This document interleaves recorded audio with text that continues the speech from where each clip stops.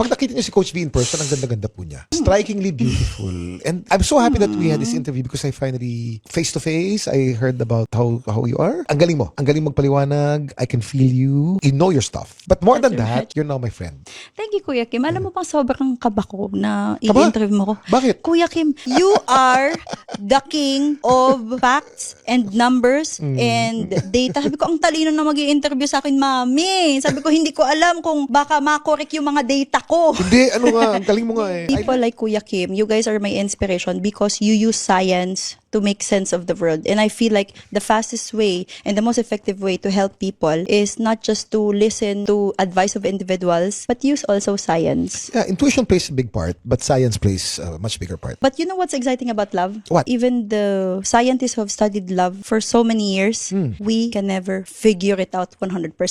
That's the beauty about love. That's why it's exciting. That's why it's exciting.